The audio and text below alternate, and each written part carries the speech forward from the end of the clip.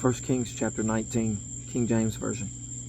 And Ahab told Jezebel all that Elijah had done, and withal how he had slain all the prophets with the sword.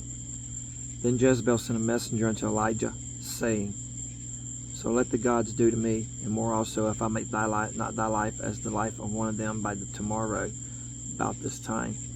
And when he saw that, he arose and went for his life, and came to Beersheba, which belongeth to Judah, and left his servant there. But he himself went a day's journey into the wilderness, and came and sat down under a juniper tree, and he requested for himself that he might die, and said, It is enough. Now, O Lord, take away my life, for I am not better than my fathers. And as he lay and slept under a juniper tree, behold, then an angel touched him, and said unto him, Arise and eat. And he looked, and behold, there was a cake baking on the coals, and a cruse of water at his head. And he did eat and drink, and laid him down again.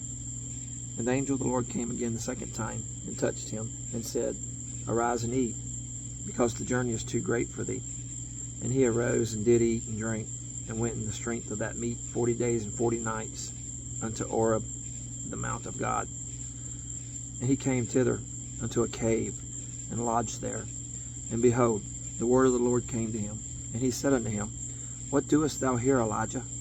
And he said, I have been very jealous for the Lord God of hosts, for the children of Israel have forsaken thy covenant, thrown down thine altars, and slain thy prophets with the sword. And I, even I only, am left, and they seek my life to take it away. And he said, Go forth, and stand upon the mount before the Lord. And behold, the Lord passed by, and a great and strong wind rent the mountains, and brake in pieces the rocks before the Lord. But the Lord was not in the wind. And after the wind an earthquake, but the Lord was not in the earthquake. And after the earthquake a fire, but the Lord was not in the fire. And after a fire a still small voice. And it was so, when Elijah heard it, that he wrapped his face in his mantle, and went out, and stood in the entering of the cave. And behold, there came a voice unto him, and said, What doest thou here, Elijah? And he said, I have been very jealous for the Lord God of hosts, because the children of Israel have forsaken thy covenant, thrown down thine altars, and slain thy prophets with the sword. And I, even I only, am left, and they seek my life to take it away. And the Lord said unto him, Go, return on thy way to the wilderness of Damascus, and when thou comest, anoint Hazael to be king over Syria. And Jehu, the son of Nimshi, shalt thou anoint to be king over Israel. And Elijah, the son of Shaphat, of Abel Meholah, shalt thou anoint to be prophet in thy room. And it shall come to pass that him that escapeth the sword of Hazael shall Jehu slay, and him that escapeth from the sword of Jehu shall Elisha slay. Yet I have left me 7,000 in Israel, all the knees which have not bowed unto Baal, and every mouth which hath not kissed him. So he departed thence, and found Elisha, the son of Shaphat, who was plowing with 12 yoke of oxen before him, and he with the 12th.